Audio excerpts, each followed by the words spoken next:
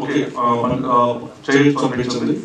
తనకి ఇంటిమేట్ చేసాము, వచ్చారు. వచ్చిన తర్వాత తనను చూశాను. జస్ట్ ఒక 5 minutes మాట్లాడి ఓకే అని చెప్పాను. తర్వాత ఫాదర్తో డిసైడ్ చేశాను. సో డిసైడ్ చేసిన తర్వాత నేను ఆయన కూడా ఓకే సార్ మరి మీరు కథ చెప్పగలరు అడిగారు. ఎందుకంటే కథ చెప్పకుండా నేను వాళ్ళని ఒప్పుకోమని చెప్పలేదు. కథ ఇస్తేనే మీరు యాక్సెప్ట్ చేయండి సార్ అని చెప్పి ఆయన అడిగాను.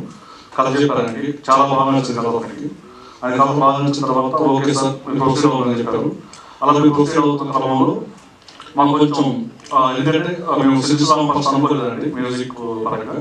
సో సిద్ధరామ్ అనుకున్నాం. తర్వాత కొంచెం మ్యూజిక్ కొంచెం బాగా చేద్దామనేసి అలా అనుకుంటూ మంచి సందర్భంలో మాకు కొంచెం సపోర్ట్ అవసరం వచ్చింది. ఆ టైంలో మేము కొంచెం ఇబ్బంది పడుతున్నాము. బట్ ఆయనకి విషయం తెలిసింది, సార్ ఇంత మంచి కథ చేస్తున్నారు, మీరు మ్యూజిక్ అంటే ఇంకా గ్రాండ్ రావాలని, మీరు సినిమా గ్రాండ్ రావాలని మీరు ఆలోచిస్తున్నప్పుడు డెఫినెట్గా నేను సపోర్ట్ చేస్తానని చెప్పేసి ఆయన కూడా మాకు యాడ్ అవ్వడం జరిగింది. ఆయన యాడ్ అయినాక కొంచెం మాకు ఎనర్జీ వచ్చింది. సో ఆ ఎనర్జీ తోటి మేము ముందుకు వెళ్ళడం జరిగింది. ఈ ఎనర్జీ ఇంకొంచెం ముందుకు వెళ్ళకపోతే మాకు అంటే కొంచెం గ్రాండ్ మూవీ అంటే సో నేను ఎప్పటిలానే సాంగ్ విన్నాను. సో వినే కొద్ది అనిపిస్తుంది అంటే ఒక్కొక్క లిరిక్ లో ఆయన పాడి వినిపించారు. నాకు అనిపించింది ఓకే సార్ సాంగ్ ఎంత బాగుంది, ఇంకా స్టోరీ అని అడిగాను. ఆయన ఒక్క కొంచెం లైన్ చెప్పారు, వదిలేదు సార్ తర్వాత మళ్ళీ చెప్తారు మీరు. సో సాంగ్ ఇంత బాగా రాశారంటే సినిమాలో నా క్యారెక్టర్ కూడా అంతే బాగుంటుందని అనుకున్నాను. సో మా ప్రొడ్యూసర్స్ గురించి చెప్పాలి, త్రిమూర్తులనే చెప్పాలి. మున్నా గారు, ఉపేంద్ర గారు, శ్రీధర్ రెడ్డి గారు, and thank you so much sir. అలాగే మా మ్యూజిక్ డైరెక్టర్ వినోద్ జాజ్మాన్ గురించి చెప్పాలి. సో కథ ఒక ప్రాణం అయితే మ్యూజిక్ దాన్ని ఇంకా నిలబెడుతుంది అంటారు కదా. సో మా సినిమాకి మ్యూజిక్ కూడా అంతే ప్రాణం పోతుందండి. అలాగే మా హీరో గారి గురించి చెప్పాలి. సో ఆయనకి ఈ సినిమా ఫస్ట్ సినిమా అని చెప్పారు, బట్ నాకైతే ఎప్పుడు లొకేషన్ అలా కనిపించలేదు. సో ప్రతి సీన్ లో డిస్కస్ చేసే విధానం కానీ సో అంతా చాలా ఫ్రెండ్లీ మూమెంట్ లో జరిగిపోయింది. అలాగే డైరెక్షన్ డిపార్ట్మెంట్ గురించి చెప్పాలి. సో వీళ్ళు ఇప్పుడైతే ఇక్కడ కనిపిస్తున్నారు, సెటిల్ అయితే వెతుక్కోవాలి ఎక్కడున్నారు అంటే సో వెతుక్కోవాలి. సో కనిపించని హార్డ్ వర్క్ అంటే వాళ్ళదే. So thank you so much అండి థ్యాంక్ యూ. సో ఇంకా మా సాంగ్ గురించి చెప్పాలి.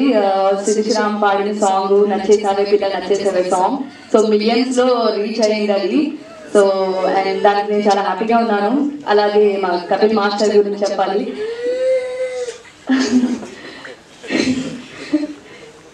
సో ఆయన నాకు కూడా కొంచెం డాన్స్ తక్కువ వచ్చు, బట్ నాకు రాజాని కొంచెం తెలిసేసరికి నాకు ఈజీ స్టెప్స్ ఇచ్చారు. Thank you so much sir. So మా సినిమా February 2nd రిలీజ్ అవుతుందండి. సో ఇప్పుడు చాలా పెద్ద సినిమాలు అంటే కొన్ని సినిమాలు ఆడట్లేదు అని ఒక టాక్ అయితే వస్తుంటది. సో కంటెంట్ ఉన్న సినిమాలు అయితే ఖచ్చితంగా మీరు అందరూ ఆదరిస్తారని నమ్ముతున్నాను. సో ఎమోషనల్ పరంగా కానీ యాక్షన్ అండ్ కామెడీ అండ్ ఇంకా ఒక లాస్ట్ క్లైమాక్స్ వచ్చేసరికి మీకు ఒక మెసేజ్ ఓరియంటెడ్ కనిపిస్తుంది దీంట్లో. సో ఇప్పట్లో ఇలాంటి స్టోరీస్ కొంచెం తక్కువే వస్తున్నాయి, బట్ దీనివల్ల మీ అందరికీ ఏదైనా కొంచెం హెల్ప్ అవుతుందని ఇంత మంచి సబ్జెక్ట్ వస్తున్నాం. సో అండ్ ఖచ్చితంగా మీరు అందరూ వెళ్ళి ఒక ఫ్యామిలీతో చూడాలి. సో మా Instagram fans, YouTubers and thumbnails, so social media వాళ్ళందరూ, సో ఇప్పుడు మీ సపోర్ట్ చాలా అవసరం ఉంటుంది మాకు. ఎందుకంటే ఇలా ప్రమోషన్ కంటే మీ ప్రమోషన్ ఎక్కువ రీచ్ అవుతుంది. సో డెఫినెట్ గా మీరందరూ మాకు సపోర్ట్ చేయాలి. సో ఇలాంటి కొత్తగా వచ్చే టీమ్ ని మీరు ఎంకరేజ్ చేయాలి. సో మీ ఎంకరేజ్మెంట్ ఉంటే ఇలాంటి మంచి సినిమాలు మరెన్నో తీస్తాం, ఖచ్చితంగా మేము అందిస్తామని నమ్ముతున్నాం. Thank you.